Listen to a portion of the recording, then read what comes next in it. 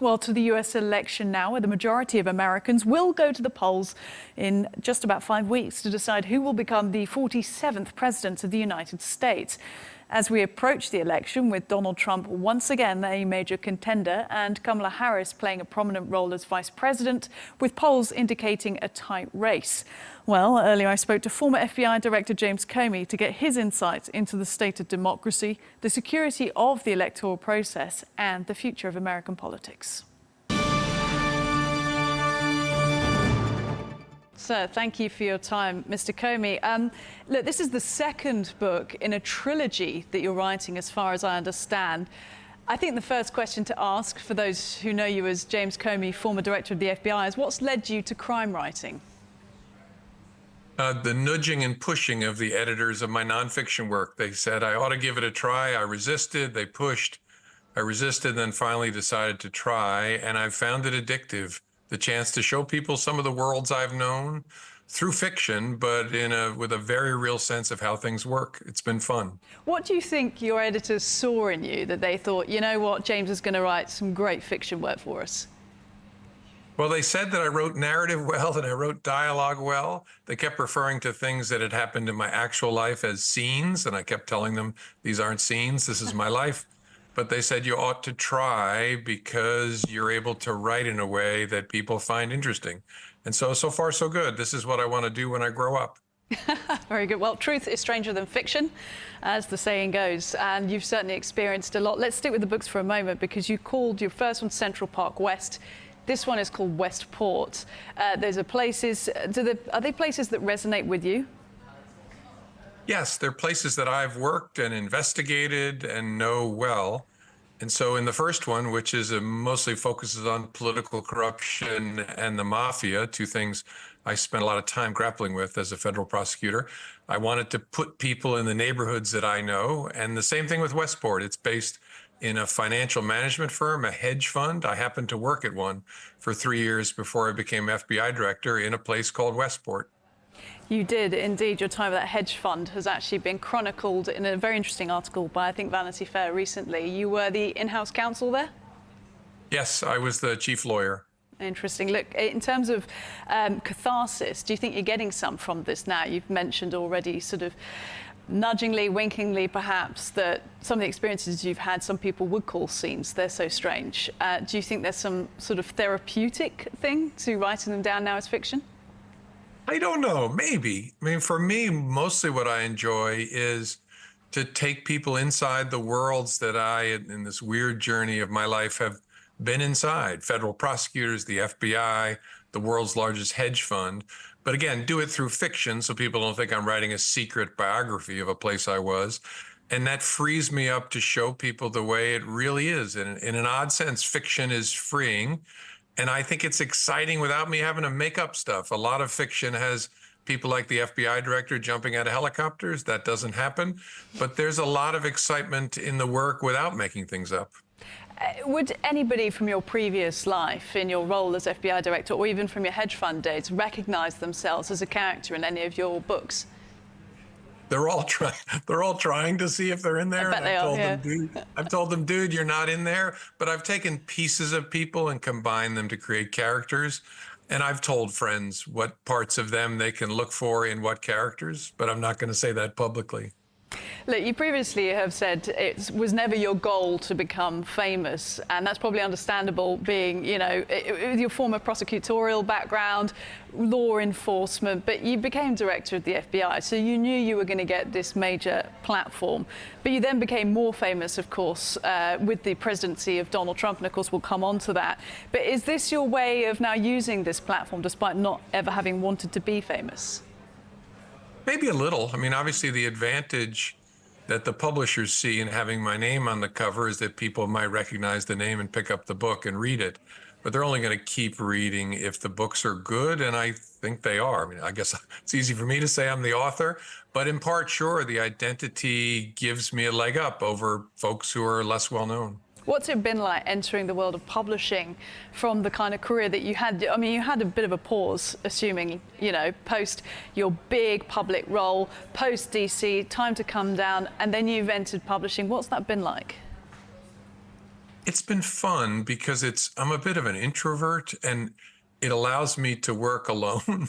I spend a lot of my time just sitting on my back porch writing on a laptop and to use my family to help me write better. My wife is my partner in this, gives me awesome feedback and ideas, and so do all five of my kids. So that's made it a family affair and a quiet one, which I've really enjoyed. That sort of sings to me, you saying you're an introvert, because I am too. And people often think, well, how can you be that way if you're a news anchor? They probably thought that way. How can you be that way when you're when you were the director of the FBI? So what would be your answer to that? How an introvert operates in that type of role? I heard somebody say that describe themselves as a socially adept introvert, and that's kind of what I am. Is I can do it and I have to do it. I have to shake hands. I have to talk to a lot of people when I'm FBI director.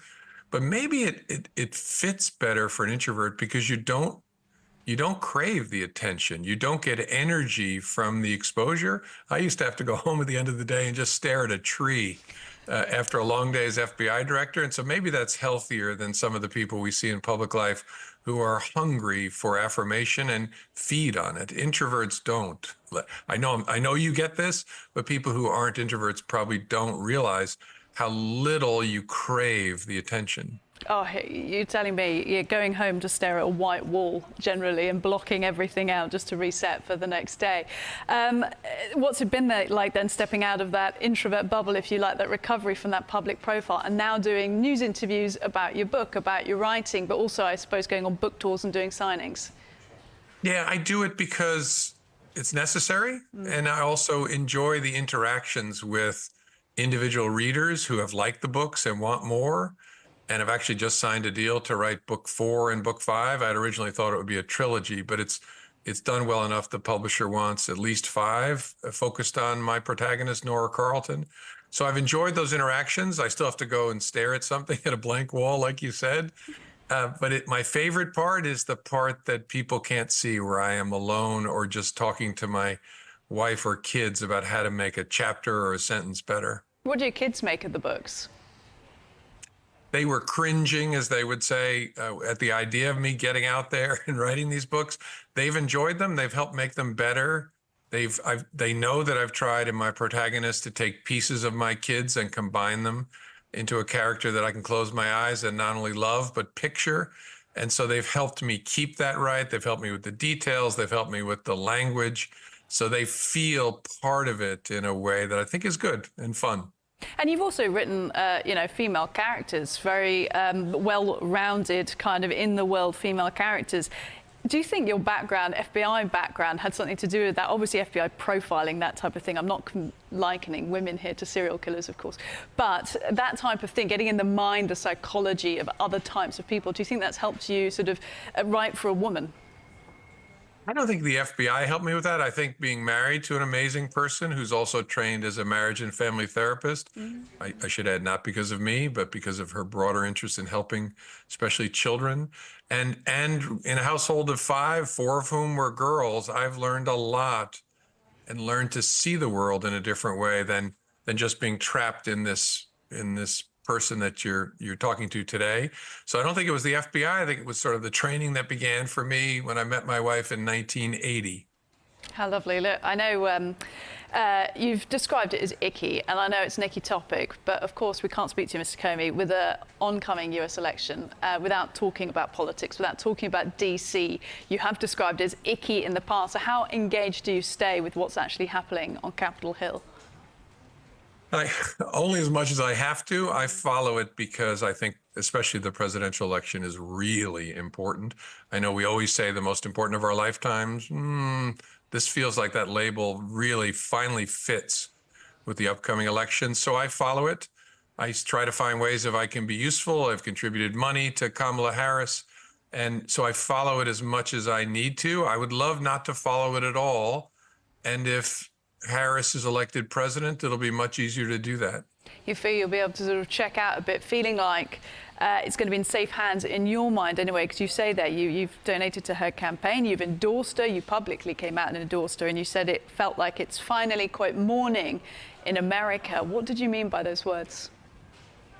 I really feel a sense that something has been uncorked in our country with the stepping aside of President Biden and the emergence of this exciting, charismatic person committed to the rule of law. I think there's an excitement that we haven't felt in this country since 2008. And I think part of the excitement is a hunger that Americans have just to get beyond the nastiness and the name calling and all the horribleness that comes with Donald Trump and his social media. I think people are maybe not his core, that's not going to change, but most Americans just want to get onto something different. And that's what I meant by saying it finally feels like it's morning in America. And I'm increasingly optimistic about what's going to happen in November.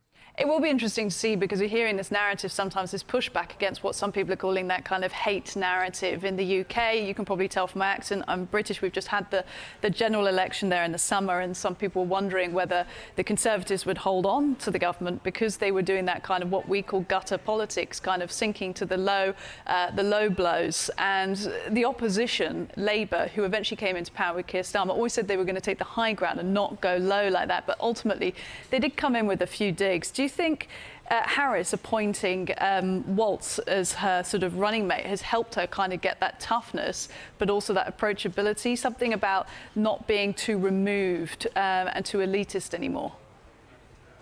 I think she's a plenty tough person, given her background. I don't think that's where she needed to shore herself up. I think what she's done by picking Governor Walz is appeal to a broad swath in the middle of this country that often feels overlooked, especially by the Democratic Party. And he's someone who can speak plainly, who can talk about issues in a way that makes people smile, but also resonates. His incantation, mind your own business, really resonates with Americans, especially in the Midwest. And so I think it was a very smart pick. And also, they're both people who are radiating joy and happiness. And that's, Americans, we're complicated people, but at our core, we want to have fun. We want to embrace joy. And I think that's part of what they've tapped into. In terms of the trajectory of US politics, you've made a very clear statement there already. You do think this actually is a completely pivotal election. Is that because you imagine things turning a certain way if Donald Trump was to regain presidency? I think if Donald Trump became president again, it would be very bad for all kinds of reasons in the short run. It would also delay the cleansing that we need to get to a place where we have two healthy political parties in the United States. I think with his defeat, which again, I'm optimistic about, the Republican Party will begin what will be a long process of getting to a healthier place and actually representing ideas and proposals and becoming a healthy antagonist for the Democratic Party. I mean, you talk about that two-horse race, that healthy two-party system, as you just sort of described it. We have had, obviously, independents running in this election, RFK Jr. being one of them, and he actually stopped being an independent in order to endorse Trump. Do you think it will always be a two-party system? It will. Ours is set up with the way we have a winner-take-all system to drive people to organize their coalitions into two parties. It'll always be that way. We'll have a variety of third-party candidates. As this year, you'll have some wingnuts running as third-party candidates. But in the main, it'll always be two parties. And so we need them both to be active and healthy. And it's okay that they fight about important policy issues, but they have to be committed to the things that really aren't susceptible to partisan division: the rule of law, peaceful transition of power. Those are the things that we're supposed to have as our bedrock, which is why any Republican ought to be voting for the Democrat this time, because there's only one candidate running for election in the United States in November who's committed to a peaceful transition of power and the rule of law, the bedrock of our society. And hey, look, Mr. Comey, I think it behooves us at this point to remind viewers watching this that you were actually a lifelong Republican. And listening to you saying that, some people might be confused otherwise, but you were up until the point of Donald Trump. Is that correct? Yeah, I was a registered Republican, and I served in the George W. Bush administration as U.S. attorney and then as the number 2 at the Justice Department. President Obama then asked me to be the FBI director, because that's a role that's traditionally outside of politics. But really nobody committed to the things I just mentioned, to the rule of law and to our Constitution, can be a supporter of Donald Trump. And frankly, I don't see how they can be a call themselves a Republican these days. So the grand old party, the GOP, has gone in your mind. Is there a way for it to come back in any way, or is the Republicans now the party of Trump and whoever succeeds him afterwards? Well, it will have to change because they can't win elections. They can't get above the high watermark of 47% of the American voters supporting them. And so that's not sustainable in the long run to be a minority party. So circumstances will force them to change to get to a healthier place where they can attract the support of a majority of Americans. So that's why in the long run, we'll be okay. We will get to that place, but getting there will be much faster after Donald Trump loses in November. Well, you say that with some conviction, but at the moment, whilst we're speaking, Harris is only polling just a few points ahead nationwide, and those swing states are still looking like she could lose out to Trump. And obviously those swing states, some say, that is where the election is going to be made. If Trump wins, and you've already touched upon this, you're talking there about law and order and what it means for the country, but what would another Trump presidency look like in your eyes? I think it would be a bit of a nightmare in a way. I mean, there's a reason that so many members of his own cabinet have not only not endorsed him, but have said this guy should be nowhere near the Oval Office. Donald Trump as president again will be unconstrained in lots of ways, including by not having people around him. He didn't have all-stars the first time.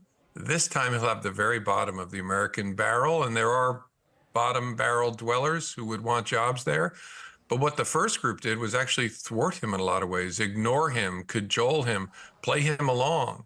The next group around him will not do that. And so all the nutty things, the ideas of shooting protesters in the legs or ordering the prosecution of individuals, those kinds of things that are antithetical to our system, there won't be anybody around Donald Trump to tell him, forget that, or to distract him with a shiny object and then take the memo from his desk. And so you're looking at an administration where he will be able to do the crazy things that so frightened people the first time. Do you have concerns about another January 6th type event? Probably not replicated, heaven forbid, but in terms of, you know, that type of social media kind of furor, those types of organizations, you know, people organizing and coming together like that again? I don't. I'm quite worried about individual violence and the epidemic of threats that comes from MAGA world directed at public officials, at the misguided people acting on those threats and individual acts of violence, which are very serious, taking place. I'm not worried about the large scale January 6th type violence because a message has been sent over the last 4 years with the prosecution of more than 1,000 people for January 6th. The message is your life will be ruined if you engage in that kind of conduct. And the people who would be tempted to are not jihadis looking to lay down their lives for the orange god king. These are people with families, with jobs, with homes, with assets. They don't want to light their lives on fire for Donald Trump. And so that message has been sent. And it's the reason there aren't crowds at any of his court appearances. He's unable to summon that kind of violence because a really important and positive message of deterrence has been sent. Now, you brought up there his court appearances, of course, multiple ongoing court cases, some civil, some criminal. He is a convicted felon. How do you feel as a former FBI director watching somebody who is a convicted person running for presidency? If you put it in a book proposal for a crime thriller, your publisher would reject it as fanciful. It's not, come on, come on, someone running for president who's a convicted felon.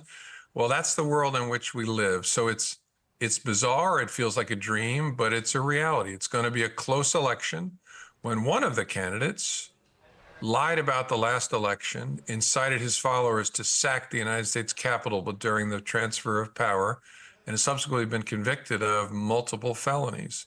But that's the weird place in which America finds itself. And as I said, I am optimistic that it is morning in America and we're going to put that behind us. But it's very, very important for people who care about things like the rule of law to get out there and participate in this election. And, you know, in previous months when I've been covering his court cases, I've been interviewing people from the Republican Party and Trump supporters who've talked, of course, about what they call lawfare, which is this idea that the justice system is being weaponized to prevent him from running for president or to put him behind bars. And there was original discussion about that galvanizing his base, making his support more strong. Do you think that theory still holds? Yes. And it's at the heart of his famous line about I could shoot someone in the middle of Fifth Avenue and not lose supporters. And the reason for that is just sort of the nature of fraud victims. Is I've done cases where the victims of a fraudster came to his sentencing after he had admitted his guilt to speak on his behalf, because it's very, very hard for people to turn away, to admit what they'd have to admit about themselves when they turn away from a candidate. And if January 6th didn't cause Trump supporters to turn, I don't know what would turn the core group. Human beings just can't take the kind of pain that requires the admission about yourself and how you were fooled and a fool. So it doesn't surprise me that his legal troubles have bound a lot of people more tightly to him. That's just the way humans work. Will we see him behind bars at any point? I think there's a real possibility of that. I think there's actually a possibility he's going to get a jail sentence on September the 18th in Manhattan. And when he would serve that and how that will work exactly, they'll have to sort out. But if convicted of the federal offenses, he's going to get a jail sentence unless if President Biden pardons him or future President Harris pardons him. So, yes, I think there's a significant likelihood that he will end up in jail. It will be extraordinary scenes if we see that. Look, I just want to round off this interview. You've been very generous with your thoughts and your time, but by asking you potentially now more as a writer than in your former role as FBI Director, but about information sources and what you trust now when it comes to the sort of public debate, the narrative, obviously social media, there's attacks on mainstream media. What do you look to? I try to triangulate. That is to get information from a variety of sources and see them collide, because out of the collision of views comes the best view of the truth. It's the magic of a Wikipedia, for example. So many minds coming together gives us a rough approximation of what's true. So I try not to rely just on one news source to give me a picture of the world. Thank you, Mr. Comey. When's your third book coming out? Coming out in May, and I'm hard at work on number 4. That's where my head is now. Excellent. We'll let you get back to your writing desk. James Comey, thank you for your time. Thanks for having me.